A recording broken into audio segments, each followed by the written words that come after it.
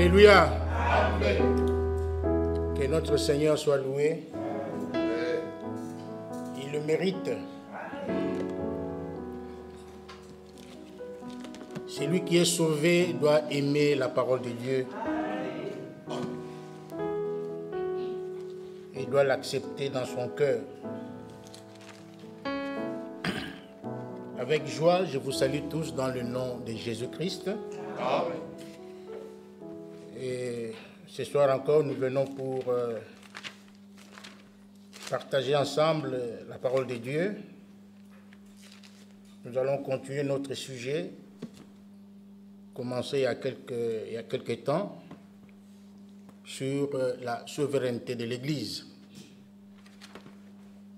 Pour cela, je vous prie de vous lever. Nous allons lire la parole de Dieu.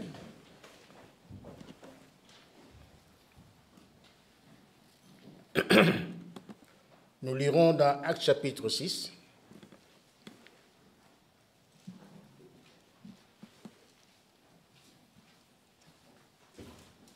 Actes chapitre 6, à partir du premier verset.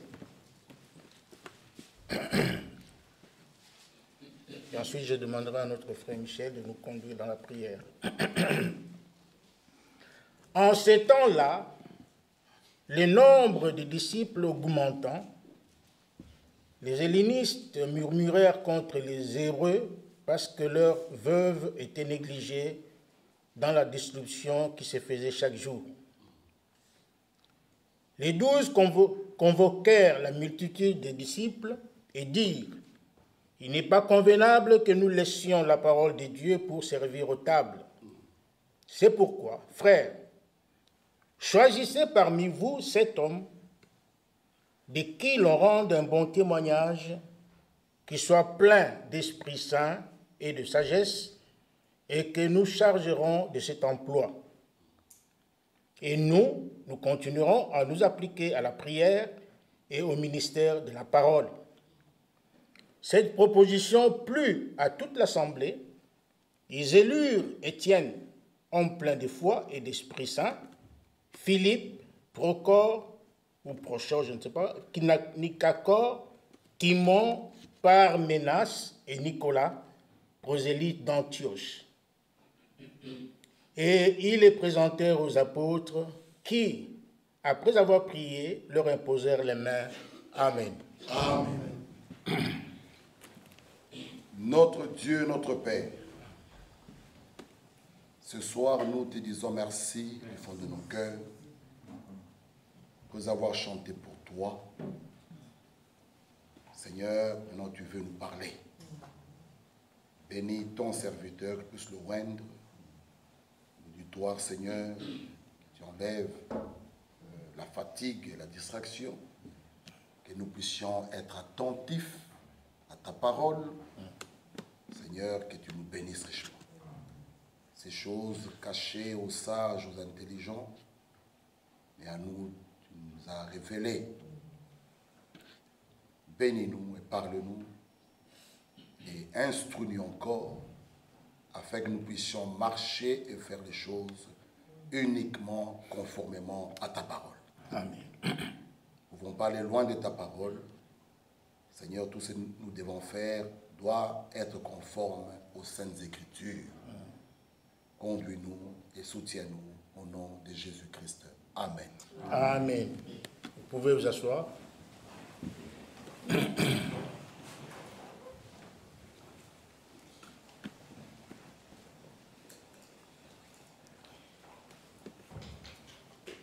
Nous allons, comme je l'ai dit tout à l'heure,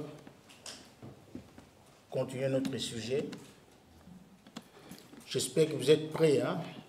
Vous êtes en forme. Amen.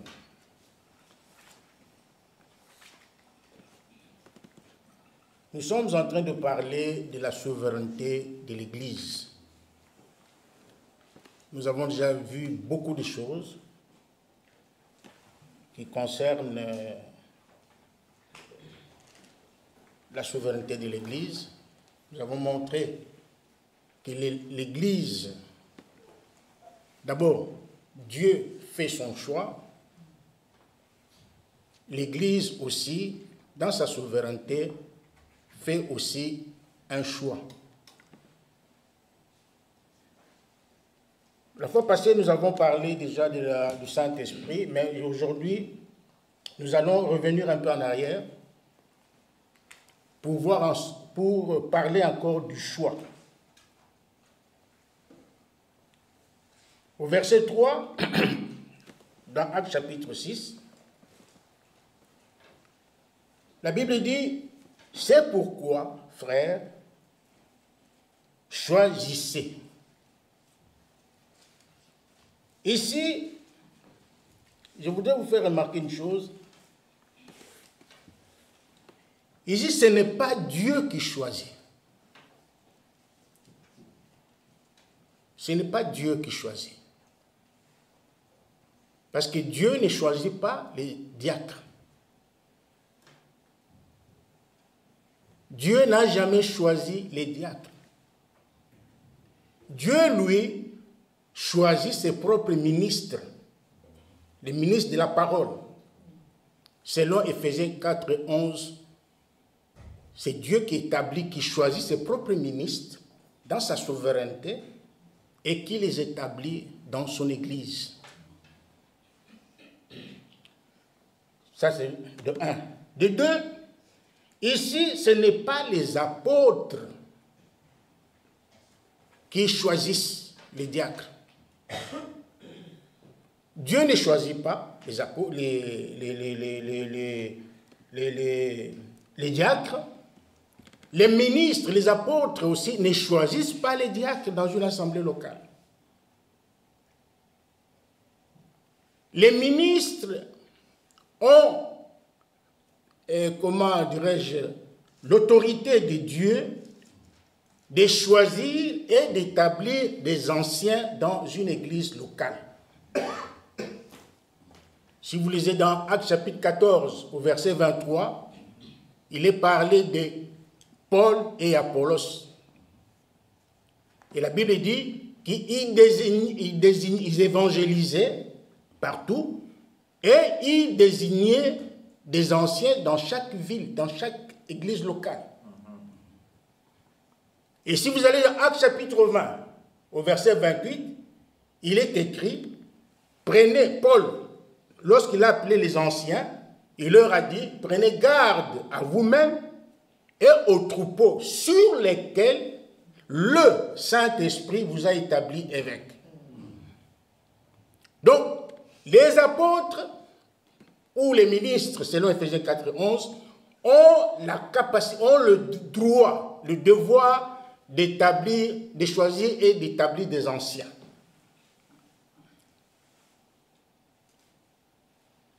Dans l'église locale, enfin, c'est le peuple qui choisit ses propres diacres, qui choisit ses administrateurs, qui choisit les trésoriers. Ça revient au peuple. Et nous avons déjà montré que le peuple peut faire un bon ou un mauvais choix. Si nous allons dans 1 Samuel chapitre 8, nous avons vu là que le peuple avait fait un mauvais choix. Le peuple avait refusé le choix de Dieu et ils avaient fait leur propre choix qui était Saül. Et ils ont payé pour ça. Nous avons aussi montré que dans Matthieu chapitre, je crois, 27, il est parlé du peuple, il est dit de Pilate, qui avait d'un côté Barabbas et de l'autre côté Jésus. Et il a demandé au peuple de faire un choix. Le peuple a fait un mauvais choix. Le peuple a choisi Barabbas. Et ils ont payé pour ça. Donc, le choix ici, la Bible ici, nous devons comprendre que ce n'est pas Dieu qui choisit. Ce n'est pas non plus les apôtres qui choisissent les diacres. Si vous voyez, vous allez dans une église où je ne sais pas, le pasteur de l'assemblée qui décide, qui choisit lui-même ses propres diacres, ça, ce n'est pas une église de Dieu vivant. Parce que nous avons vu, dernièrement avec le frère Sam, que nous devons faire les choses dans l'église du Dieu vivant selon le modèle qui nous a été montré. Amen. Donc, en d'autres termes, nous devons faire les choses conformément à la parole de Dieu, qui est la Bible. Nous devons tout faire selon la parole de Dieu. Le pasteur n'a pas le droit de choisir les diacres. Il n'a pas le droit de choisir les administrateurs. Ce n'est pas son travail. Le travail, et ce travail revient au peuple de Dieu. C'est le peuple qui choisit. Je ne sais pas si vous se comprenez jusque-là. Donc ce n'est pas Dieu qui choisit les diacres. C'est vous. C'est vous qui devez choisir les diacres. Et l'exhortation est que vous devez faire un bon choix. Vous devez faire un choix biblique. Vous devez choisir des hommes qu'il faut.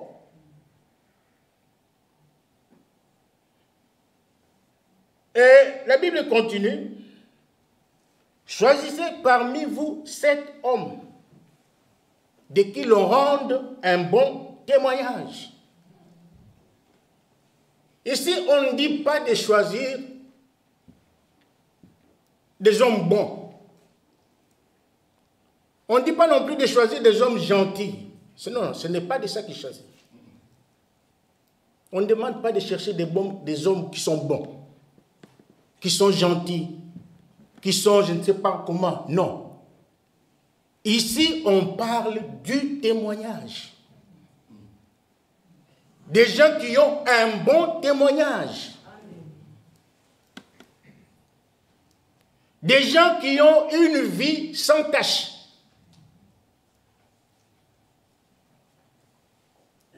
Sans tache veut dire une vie irréprochable. Des gens qui ont une conduite irréprochable.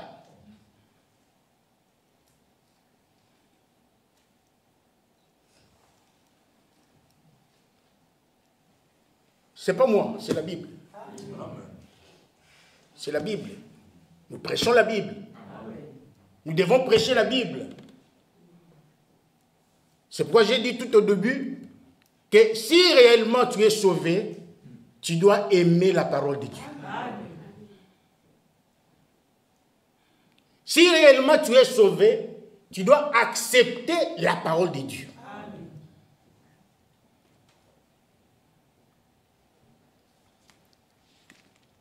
Pas des gens qui ont une vie entachée. Ce soir, nous allons vraiment être clairs. Des gens qui ont une vie sans tache. Une vie propre. Je vais donner un exemple. Quelqu'un qui est par exemple arrêté, accusé de meurtre. On l'arrête, on le met en prison. Il passe aux aveux, on le met en prison, il purge sa peine pendant peut-être après 30 ans, par exemple, de prison. Lorsqu'il sort de la prison, il est libre. Il est libre comme un oiseau, comme le vent. Il est libre. Il peut trouver du travail partout où il veut, si on l'accepte. Il peut travailler. Il est libre. Donc, mais le problème est que derrière lui, il a laissé une tâche. Il a laissé une tâche dans son casier judiciaire. C'est vrai, non? Il est libre, il peut travailler, mais dans son casier judiciaire, il y a une tâche. Et je crois selon la loi, je crois c'est après 40 ans, je crois qu'on peut effacer un casier judiciaire, je pense. Mais il a une tâche. Il peut travailler. Mais, il y a de ces services-là où l'on exige ce qu'on appelle le certificat d'honorabilité. Mon frère Jean-Claude qui a fait le droit, je crois qu'il peut avoir une idée sur ça. Il y a des services comme ça. Avant d'être engagé, on exige un contrôle d'honorabilité. Et ça, c'est dans le monde. Et le contrôle d'honorabilité veut dire quoi? Je l'avais noté. Le contrôle d'honorabilité a pour but de vérifier que les personnes qui exercent certaines fonctions n'ont pas été condamnées pour des faits leur interdisant de les exercer. Quand on peut t'engager, tu prends ton CV, il est vraiment riche, mais lorsqu'on fait le contrôle d'honorabilité, on découvre que dans ton CV, dans ton casier judiciaire, il y a une tâche, on ne t'engage pas. On ne te prend pas. Parce que tu as été condamné pour un meurtre, tu as été condamné pour un vol. Les gens qui font le droit connaissent bien ces choses-là. Ça, c'est dans le monde. Maintenant, qu'en est-il dans l'église du Dieu vivant? Dans l'église locale, tu peux être sauvé, tu es sauvé, tu es justifié, sanctifié, baptisé du Saint-Esprit, tu as un ministère, selon Ephésiens 4 et 11, tu as le droit de prêcher, le ciel est pour toi, l'enlèvement est pour toi. Dieu, quand il te regarde, il ne voit aucun péché en toi, parce que quand il te regarde, il voit le sang de Jésus-Christ. Tout est parfait pour toi. Mais ça, c'est pour l'Église universelle, le corps de Christ. Mais pour l'Église locale, le même Dieu qui te voit pur sous le sang de Jésus-Christ, le même Dieu a donné des conditions pour travailler dans l'Église locale. Je ne sais pas si vous me comprenez. Il a donné des conditions. Mais dans l'église locale, pour voter ces diacres, pour voter les administrateurs et tout ça qui doivent travailler dans l'église locale, en ce moment-là, c'est leur devoir, c'est leur part. Ce n'est pas Dieu qui viendra maintenant contrôler si celui-ci ou celui-ci. Non. Pour Dieu, lui, cet homme-là est sauvé, il est prêt pour l'enlèvement. Ses péchés sont pardonnés, ok. Mais l'église locale, elle, a le devoir de vérifier chaque candidature. A le devoir de vérifier chaque élément, chaque frère qui veut travailler dans l'église locale. Il y a des conditions. Et en ce moment-là, ce n'est pas Dieu qui vérifie les conditions, mais c'est vous. C'est vous l'église locale. Parce que Dieu vous a donné il vous a donné la souveraineté de décider, de choisir. Mais là, pour choisir, il faut suivre les critères bibliques. Il faut suivre le modèle que Dieu nous a donné. Le modèle biblique. Parce qu'ici, on dit des hommes qui ont un bon témoignage. Des hommes irréprochables. Et ça, c'est vraiment important. Quelqu'un va me dire, ah, mes frères, c'est impossible quand même de trouver quelqu'un qui est irréprochable.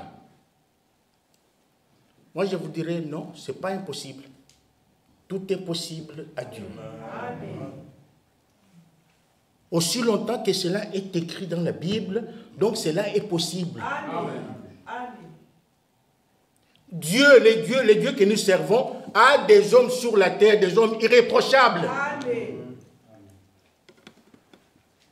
Si Dieu a donné des conditions, de telles conditions, c'est qu'il est capable de trouver des gens qui remplissent ces conditions-là.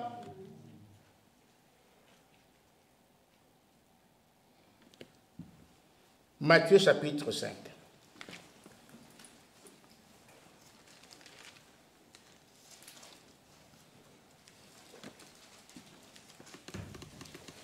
Matthieu chapitre 5, verset 48.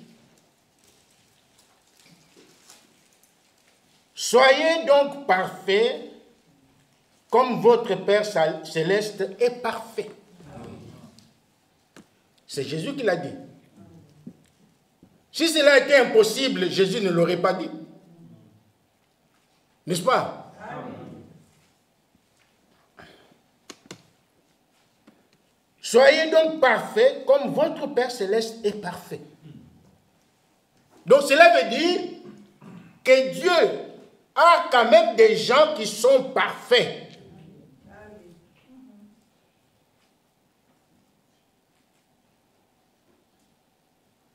Il a des gens sur la terre, il a des gens dans son église, des gens qui sont parfaits. Il a dit, soyez, et puis ici il dit, soyez. C'est à l'impératif. Soyez parfaits. Donc dans l'église du Dieu vivant, il doit y avoir des gens qui sont parfaits. Amen. Amen.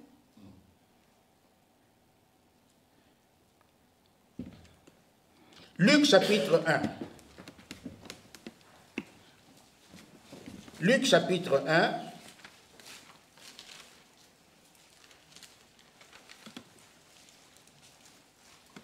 Luc chapitre 1, versets 5 et 6. Du temps d'Hérode, roi de Judée, il y avait un sacrificateur nommé Zacharie de la classe d'Abia. Sa femme était d'entre les filles d'Aaron et s'appelait Élisabeth. Tous deux étaient justes devant Dieu. Donc c'était, l'homme et la femme étaient justes devant Dieu. C'était des personnes justes. Observant d'une manière irréprochable tous les commandements et toutes les ordonnances du Seigneur. D'une manière irréprochable. Élisabeth et sa femme et son mari Zacharie étaient des hommes justes. Et ils observaient d'une manière irréprochable tous les commandements et toutes les ordonnances du Seigneur.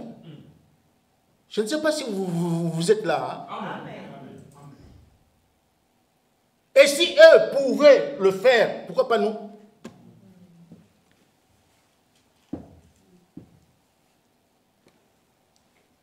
Philippiens 3, verset 6.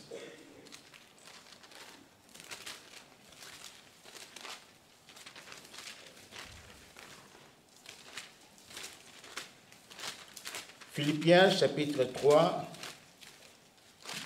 verset 6. Ici, on parle de Paul donne son témoignage. Vous pouvez lire à partir du verset 4, moi aussi cependant j'aurai ainsi de suite. Verset 5, moi circoncis le 8e jour de la race. Verset 6, Paul donne son propre témoignage. Il dit au verset 6, quant aux ailes persécuteurs de l'Église, irréprochable à l'égard de la justice de la loi. Paul était un homme irréprochable. Mais ici, il était irréprochable à l'égard de la justice de la loi. Donc, lorsqu'on regardait Paul, on va dans la loi, on cherche des fautes en lui, il n'y en avait pas. La loi de Moïse. Il était un homme irréprochable. Un homme, donc quand on dit irréprochable, c'est-à-dire quand on regarde, on vérifie de A à Z, non, il n'y a rien. Il n'y a pas de faute. Donc on ne trouve rien. Non. En ceci, il est bon. En ceci, il est bon. En ceci, il est bon. Daniel, on a cherché à l'incriminer. On a cherché des fautes partout. Rien. On va même dans la loi de Moïse. Rien. Il n'y avait rien. Il était irréprochable. Et quand un homme est irréprochable, on va commencer maintenant à créer, on va autour de lui des calomnies, on va commencer à chercher des faux fuyants, on va commencer à chercher des accusations arbitraires. Tout ça pour trouver quelque chose de faux en lui. Mais un homme juste, il est juste. Même Jésus, on a cherché des fautes en lui. Rien. Il a dit, qui me convaincra du péché?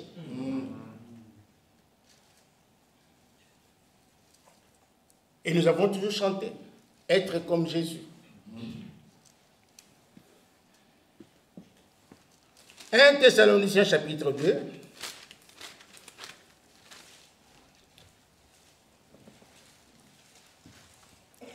1 Thessaloniciens chapitre 2, le verset 10. Paul dit ici, vous êtes témoins. Donc Paul rend son témoignage. Il prend les gens, il prend le peuple témoin. Vous êtes là? Amen. Paul dit, il dit, c'est comme moi je me tiens maintenant là, je m'adresse à vous. Il dit, vous êtes témoins. Vous tous, vous êtes témoins. Et Dieu l'est aussi. Il n'y a pas d'amen.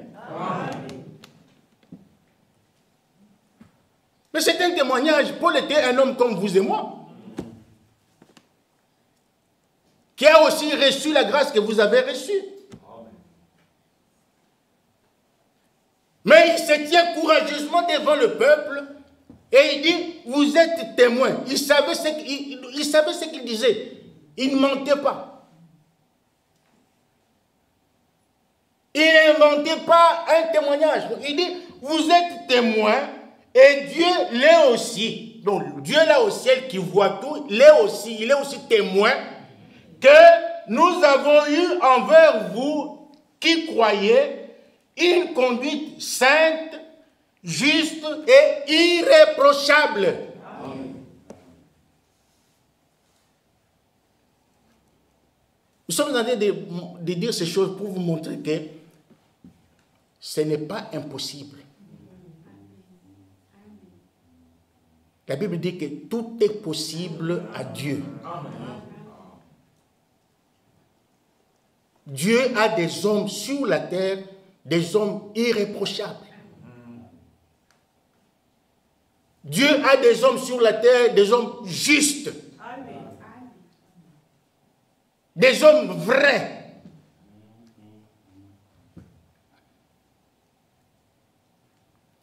Alors, l'Église, lorsqu'elle veut choisir ses dirigeants, l'Église doit examiner, parce que la Bible dit examiner toutes choses. 1 Thessaloniciens chapitre 5. Examiner toutes choses. Nous devons, l'Église doit examiner chaque personne qui désire être diacre, administrateur, trésorier dans l'Église locale. C'est son droit. C'est son devoir.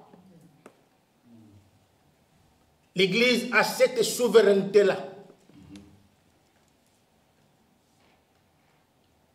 Dieu ne viendra pas influencer l'Église dans ce choix. Aucun ministre ne viendra influencer l'Église dans ce choix. Parce que le choix est libre, donc il est fait librement.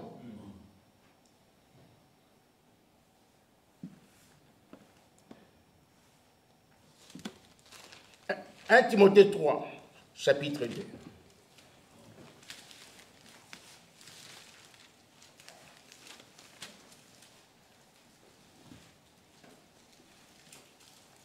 « 1 Timothée 3, chapitre 2, la Bible dit, il faut que l'évêque soit irréprochable. » Ce soir, nous voulons insister sur le mot irréprochable. Parce que si nous sommes vraiment l'Église du Dieu vivant, alors nous devons suivre le modèle biblique. Et ce message que nous avons reçu a pour but de nous ramener à la foi des apôtres, nous ramener à la parole qui a commencé là, au début, au commencement. Nous devons faire toutes choses conformément à la parole de Dieu. Et la Bible dit que Dieu veille sur sa parole pour l'exécuter. Dieu ne veille pas sur les erreurs. Vous pouvez faire ce que vous voulez, mais si vous faites des choses qui sont en dehors de la parole de Dieu, Dieu n'y est pas. Il ne sera pas. Dieu vous quitte. Et c'est comme ça, Dieu vous quitte. Si vous abandonnez la parole de Dieu, Dieu aussi vous abandonne. C'est comme ça avec Dieu. Donc nous ne devons pas faire des choses pour le plaisir de le faire. Parce qu'absolument nous devons avoir des diacres, nous devons avoir des anciens, nous devons, alors faisons des choses de cette manière. Non, à la manière des hommes. Non, Dieu ne sera pas là. Et vous ne serez même pas bénis. Vous ne serez pas bénis.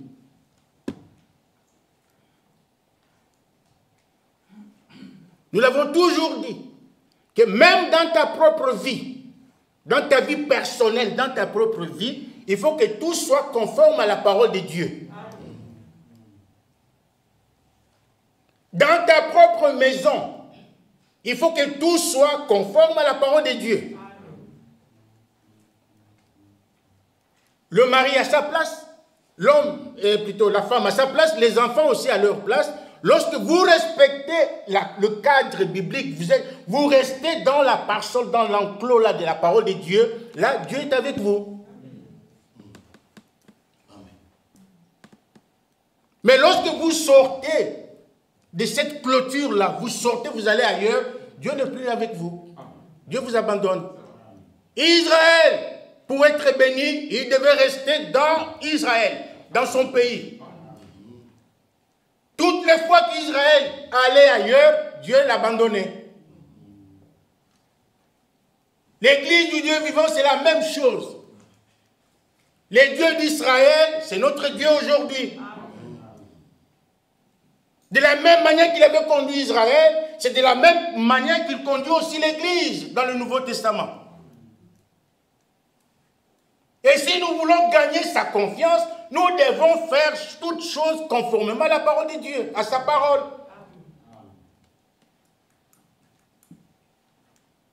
Si vous dites que vous croyez, alors sachez que la foi ne marche pas seule. La foi marche avec l'obéissance.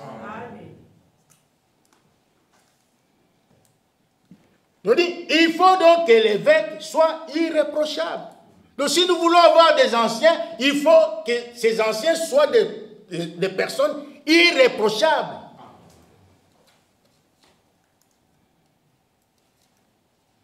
Vous voulez avoir des diacres, il faut que les diacres aussi soient irréprochables.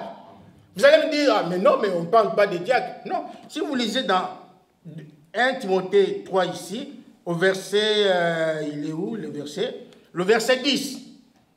parlant des diacres, on dit qu'on les éprouve d'abord et qu'ils exercent ensuite leur ministère s'ils sont sans reproche. Répondez-moi à l'église. S'ils sont sans reproche.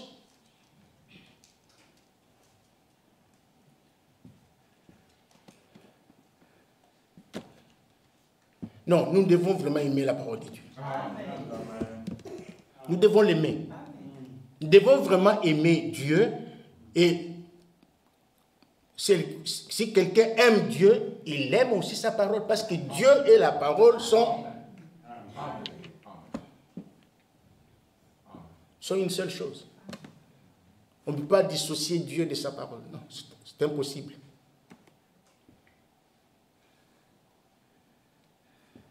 C'est dur. C'est peut-être dur. Mais c'est la parole de Dieu. Et ces choses, et nous devons prêcher la vérité. Le seul endroit où la vérité peut être prêchée, c'est ici à la chair.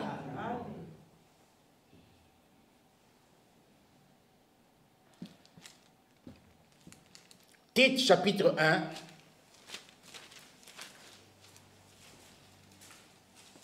Tite chapitre 1.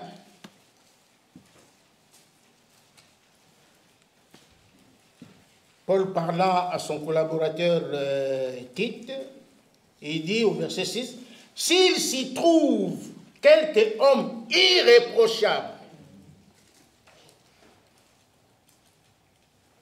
Alléluia. Amen. S'il s'y trouve quelque homme irréprochable.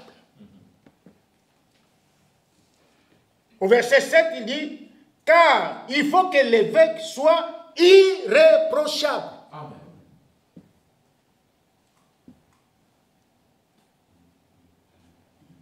Vous voyez? Mais déjà, mettons à part diacre, évêque, tout ça. Un chrétien simple, qui n'est pas diacre, qui n'est même pas candidat, tout ça, à ce service-là. Un chrétien, un croyant qui a reçu Jésus-Christ. Déjà, sa propre vie pour aller au ciel doit être irréprochable. Amen.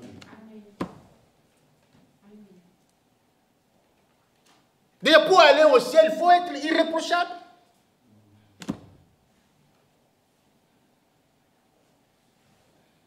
Tu dois avoir une vie digne de l'évangile. Chaque croyant, chaque frère, chaque sœur doit avoir une vie digne de l'évangile. Et une vie qui donne gloire à Dieu.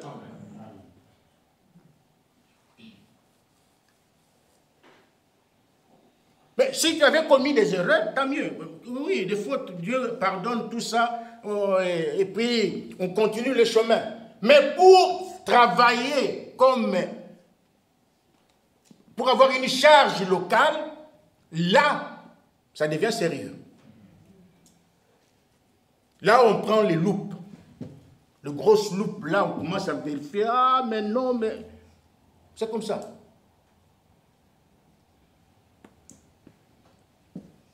J'espère que je suis en train de bien m'exprimer. Hein? C'est comme ça. De Tite chapitre 2. Tite chapitre 2, verset 8. Commençons même au verset 6 pour comprendre la pensée. Exhorte même les jeunes gens à être modérés, te montrant toi-même à tous égards un modèle de bonnes œuvres et donnant un enseignement pur. Voilà ce que nous avons l'intention de faire. Vous donner un enseignement pur. Un enseignement pur convient aux personnes pures. Amen.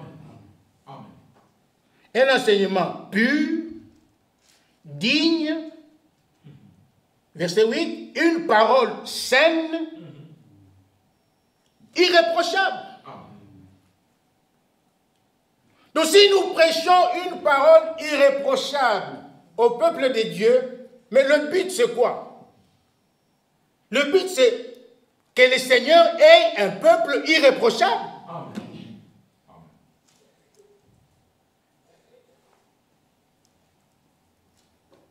C'est pour que le peuple de Dieu soit irréprochable et une vie digne de l'évangile, une vie correcte, une vie droite.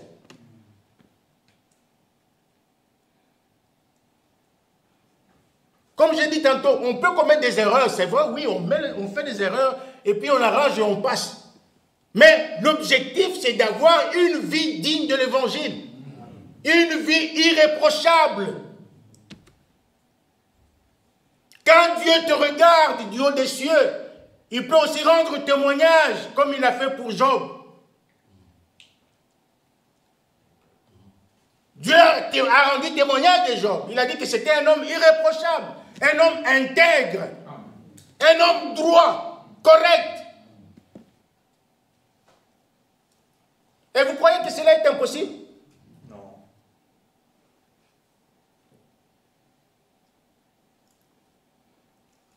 Est-ce que cela est impossible? Non. Ce n'est pas impossible.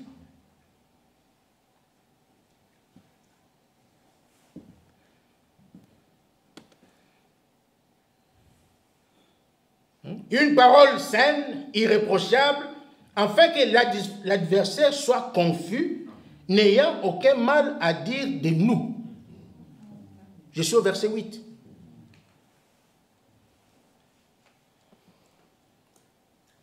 « 1 Thessaloniciens chapitre 5.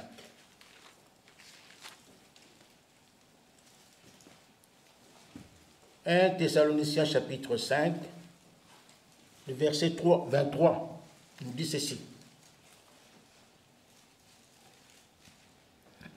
Que le Dieu de paix vous sanctifie lui-même tout entier, et que tout votre être, l'esprit, l'âme et le corps soient conservés irréprochables.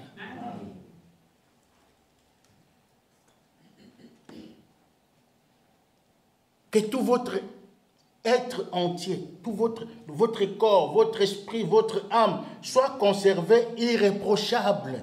Déjà, au départ, c'est demandé à tous les croyants, hommes et femmes, petits et grands, tout celui qui a reçu l'évangile, tout celui qui a cru en Jésus-Christ, tout celui qui a été baptisé dans le nom du Seigneur Jésus-Christ, il lui est demandé d'avoir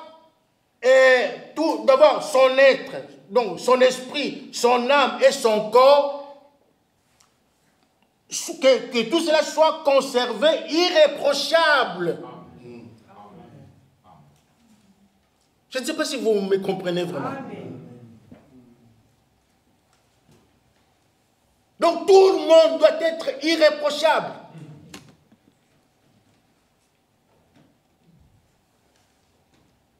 Même vous qui jouez à la musique, vous de la chorale, vous tous, nous devons être trouvés irréprochables devant Dieu. Amen.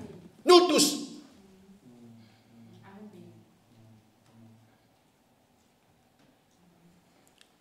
C'est-à-dire, lorsqu'on nous vérifie, on prend la loupe, on te regarde, on examine.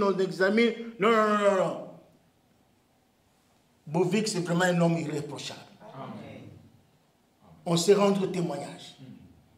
On a cherché en lui, il n'a pas de querelle avec des gens, il n'est pas rancunier, il ne commet pas adultère, il ne fait... Donc on regarde, non, ça c'est vraiment un homme irréprochable. Voilà les témoignages que Dieu attend de nous.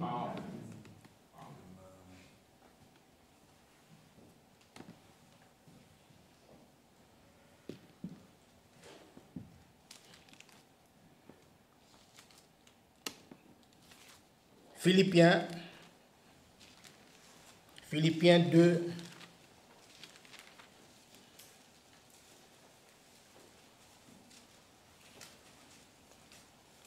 Philippiens 2, verset 15. Commençons au verset 14. Faites toutes choses sans murmure ni hésitation, afin que vous soyez irréprochables.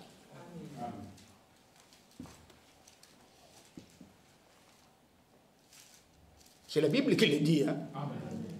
Faites tout. Tout ce que vous faites dans votre vie, faites-le sans murmure ni hésitation.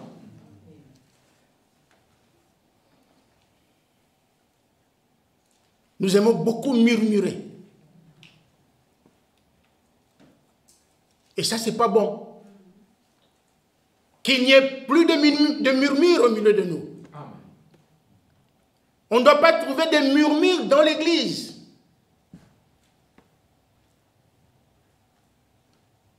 Il dit, faites toutes choses sans murmure ni hésitation, afin que vous soyez irréprochables. Ça, c'est l'évangile. C'est le vrai évangile. Ce n'est pas de la rigolade. C'est l'évangile.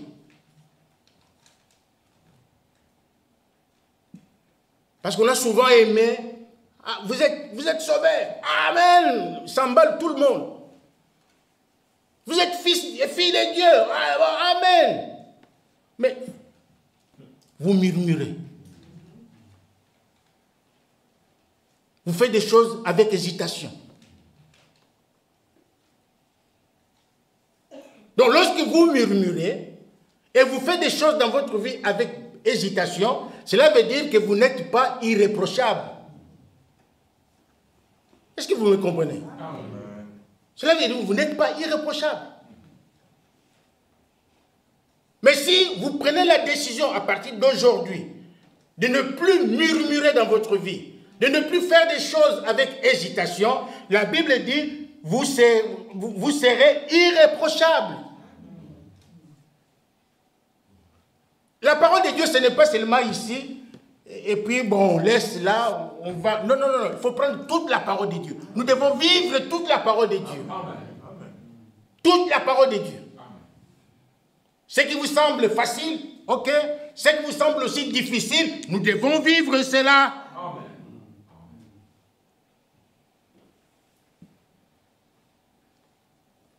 Vous voyez? Donc il continue, il dit que vous soyez, afin que vous soyez irréprochables et purs, des enfants de Dieu irrépréhensibles.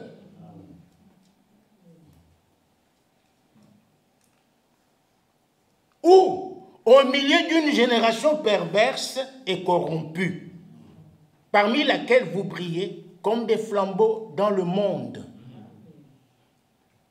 C'est pour ça que quand nous entrerons en profondeur dans 1 Timothée chapitre 3, vous verrez que même les gens du monde,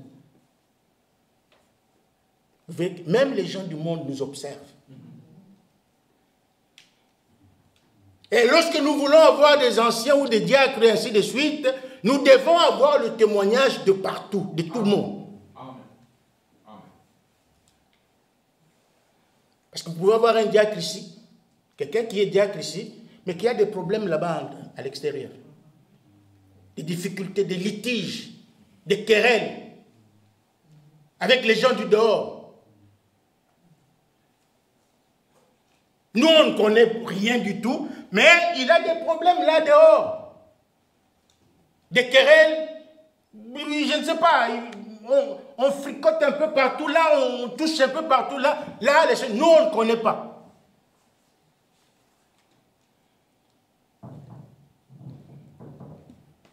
C'est pourquoi les apôtres ont dit, cherchez des hommes qui ont un bon témoignage. Amen.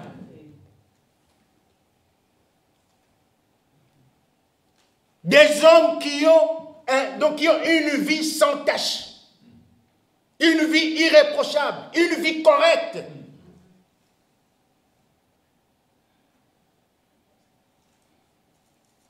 Peut-être que vous n'avez jamais entendu de telles prédications, mais c'est comme c'est la parole. C'est la parole. Aujourd'hui, nous avons l'occasion d'entendre ces choses. Même si c'est dur, mais c'est la parole de Dieu, nous devons l'accepter et nous devons la laisser vivre en nous. Parce qu'il faut que la parole de Dieu agisse en nous. Est-ce qu'on est obligé d'avoir des diacres, même s'il n'y a pas des gens qui remplissent les conditions? Je ne sais pas. Est-ce qu'on est obligé d'avoir des anciens, même s'il y a des hommes qui ne remplissent pas les conditions? Je ne sais pas. Ça revient à Frère Michel de voir. Mais moi, je vous présente la parole de Dieu. Amen.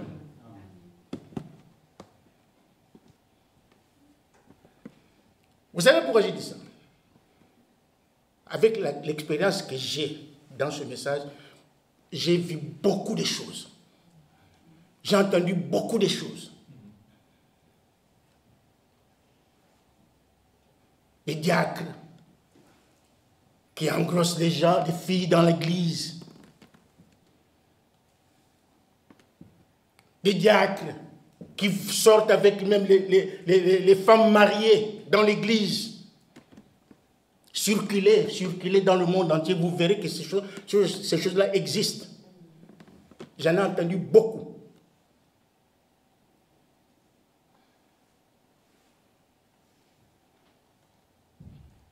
C'est pourquoi nous devons prendre les choses au sérieux. Et ce n'est pas seulement les diacres, il y a même des prédicateurs. Des prédicateurs qui engrossent les filles dans l'église, qui font des aventures. Mais quand ils prêchent, vous sentez la puissance.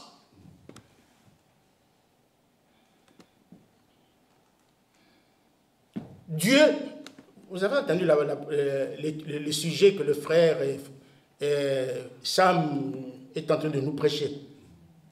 C'est quoi encore? Avertissement, divinement averti. La parole de Dieu nous avertit toujours. Amen. Toujours. Chaque fois que la parole de Dieu est donnée, elle vient pour nous avertir. Amen. Et Frère Branham a prêché un message intitulé Avertissement puis jugement. Dieu avertit d'abord et après il vous juge. Amen.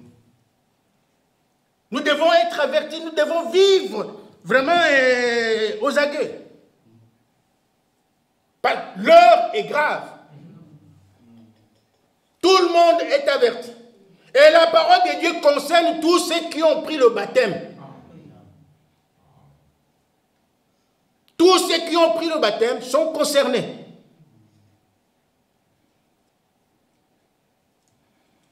Alors dans l'église du Dieu vivant, pas de blagues. On ne blague pas, on ne joue pas. Nous ne venons pas ici pour, je ne sais pas, comme Frère Branham l'a dit, nous ne venons pas dans un pique-nique. Les amitiés, là dehors. Mais ici, il n'y a plus question d'amitié. Ici dedans, il n'y a plus question de ma femme, de mon mari, mon fils, mon nini, non, il n'y a pas ça. Ici, c'est la parole. C'est la parole ou rien du tout. Nous venons ici pour servir Dieu. Nous venons ici pour nous entraîner. Nous recevons la parole de Dieu, nous disons Amen, nous sortons pour la mettre en pratique.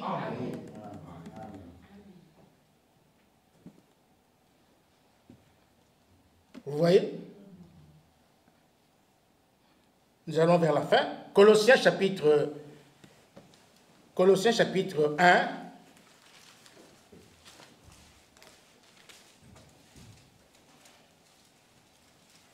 Colossiens chapitre 1, verset... Commençons au verset 21. Et vous, qui étiez autrefois étrangers et ennemis par vos pensées et par vos mauvaises œuvres, Et il vous a maintenant réconcilié par sa mort dans le corps de sa chair. Verset 22. Pour vous faire paraître devant lui, saint, sans défaut et sans reproche. Donc vous voyez que l'irréprochabilité doit faire partie de la vie du croyant. D'abord. Et maintenant, lorsque nous voulons choisir les dirigeants, ces critères-là doivent comment dirais-je, doivent nous intéresser. Il faut que les hommes de Dieu soient des hommes irréprochables. Tu veux servir Dieu, sois irréprochable.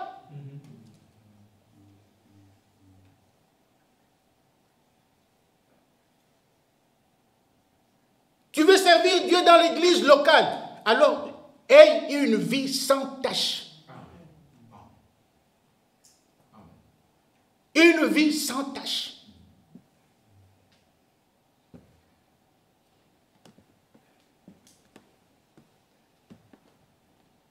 C'est dur, hein? Mais c'est comme ça.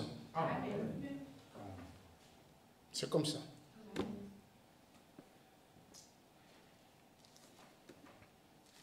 « 2 Pierre 3, 14. «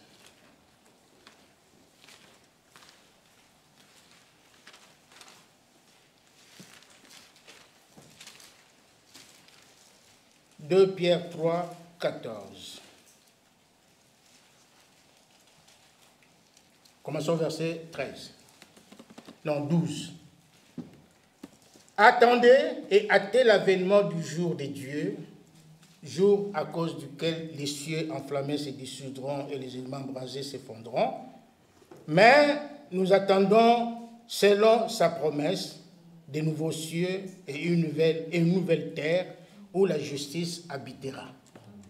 C'est pourquoi, verset 14, bien-aimés, en attendant ces choses, appliquez-vous à être trouvés par lui sans tache et irréprochable dans la paix. Amen. Voilà la recommandation du Seigneur. Ce n'est pas ma recommandation à moi, ni de frère Ephraim ou frère Michel ou Jean-Claude, non, c'est la recommandation du Seigneur. Amen. En attendant ces jours-là, nous devons être trouvés sans reproche. Nous devons avoir une vie trouvée sans tache et irréprochable dans la paix. Sans tache et irréprochable.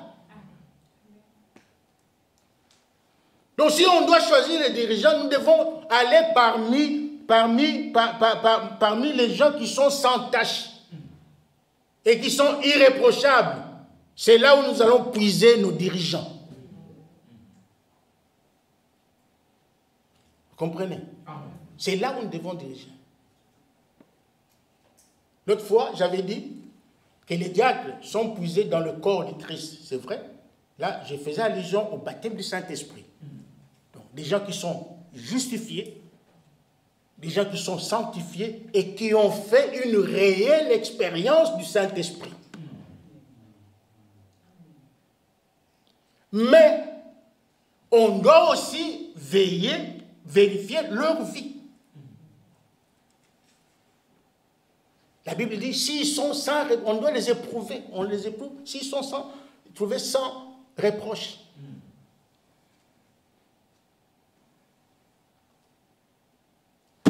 J'espère que c'est la vérité que je vous ai dit ce soir. Que le Seigneur vous bénisse richement. Frère Michel.